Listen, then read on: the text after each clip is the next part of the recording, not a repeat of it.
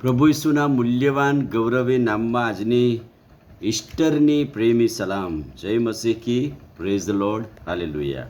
આજે પુનરુત્થાન પામેલા પ્રભુ ઈસુ ખ્રિસ્તના ગૌરવી નામમાં આજે ઈસુ ઉઠ્યો છે, ઈસુનું પુનરુત્થાન થયું છે, એ વાતો યાદ કરતા પ્રભુનો આપણે આભાર માનીએ છીએ. 2026ના વર્ષમાં દુઃખ સન સપ્તાહની મિટિંગોમાં પ્રભુના જુદા વચનો આપણી જોડે પ્રાપ્ત થયા, બહુ જુદા જુદા સંદેશા આપણી પાસે આવ્યા. પણ આજે સવારે ઈસ્ટર સન્ડેના દિવસે ઈસુ ઉઠ્યો છે એ શુભ સંદેશ આખા પવિત્ર સપ્તાહની સમાપ્તિ થાય છે.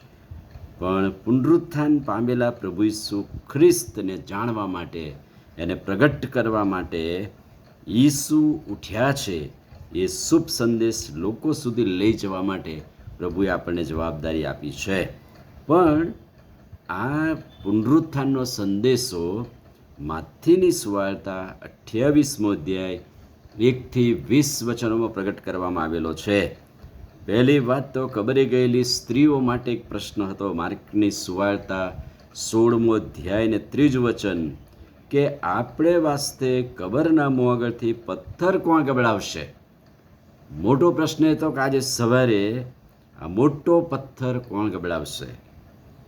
પણ આશ્ચર્યની વાત તો એ થઈ કે તેઓ ગઈ ત્યારે ઓલરેડી કબર ઉપરનો પથ્થર તો ગબડી ગયો હતો.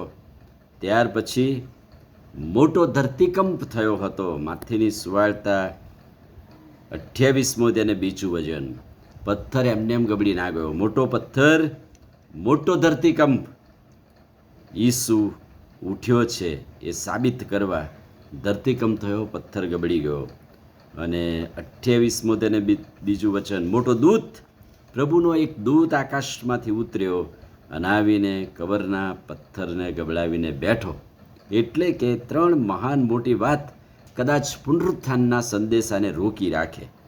અને એ તો કબર પરનો પથ્થર કોણ ગબડાવશે? મોટો પથ્થર. ધરતીકંપ થાય, પથ્થર ગબડી જાય અને મોટો દૂત આપણને શુભ સંદેશ કે બહુ જરૂરી છે. અને એટલાના માટે આજે ઈસ્ટરના દિવસે 3 મહાન મોટી બાબતો બની. પહેલી વાત, પ્રભુ ઈસુ ખ્રિસ્તનું મહાન મોટું પુનરુત્થાન થયું. ઈસુ ઉઠ્યો, મૃત્યુ જીતી, હાલેલુયા. મરણ ઉપર વિજય પામીને ઈસુ જીવંત થયા, મૃત્યુને હરાવી દીધો. અરે મૃત્યુ, તારો ડંખ ક્યાં? અરે મૃત્યુ, તારો જય ક્યાં?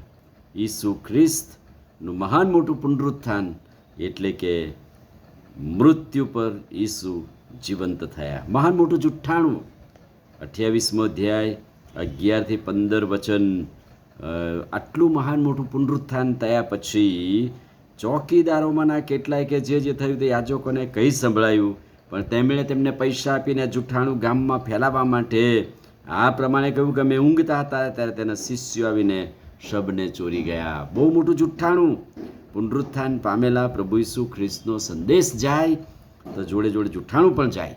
પણ એ જુઠ્ઠાણાને દબાવી દેનાર મહાન પુનરુત્થાનનો સંદેશ પ્રભુએ આપણને આપેલો છે. અને ત્રીજી વાત, 28મો અધ્યાય 16થી 20 વચન. માથીની સુવાર્તા 28મો અધ્યાય 16થી 20 વચન. પ્રભુએ તેના શિષ્યોને મોટો આદેશ આપ્યો કે આખા જગતમાં જઈને આખી સૃષ્ટિને સુવાર્તા પ્રગટ કરો. પુનરુત્થાનનો સંદેશો, ઈસ્ટરનો સંદેશો આજે એ છે કે એનો આદેશ, મહાન મોટો આદેશ સ્વીકારીએ કે આખા જગતમાં જઈને આખી સૃષ્ટિને સુવાર્તા પ્રગટ કરીએ. વાલાઓ, આજે ઈસ્ટરના દિવસે મહાન મોટું પુનરુત્થાન પ્રભુનું પ્રગટ કરીએ. ઈસુ ઉઠ્યા, મૃત્યુ જીતી, હાલેલુયા.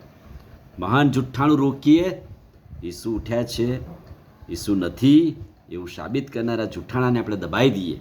પણ મહાન મોટો આદેશ સ્વીકારીએ, આખા વિશ્વને જગતમાં જઈએ અને આખી સૃષ્ટિને સુવાર્તા પ્રગટ કરીએ. આમીન. પ્રાર્થના કરીએ. વાલા પ્રભુ, આજના ઈસ્ટર સન્ડેને માટે આભાર. આજે પ્રભુ ઈસુ ખ્રિસ્ત તમારું પુનરુત્થાન થયું અને તમે એમને મોટો આદેશ આપ્યો, આખા વિશ્વને જગતમાં જઈને અમે આખા વિશ્વને જગતને સુવાર્તા પ્રગટ કરી. આ વચન અમારા માટે આશીર્વાદિત કરો. પ્રભુ ઈસુના નામમાં પ્રાર્થીએ છીએ, સાંભળો ને માન્ય કરો. આમીન. God bless you.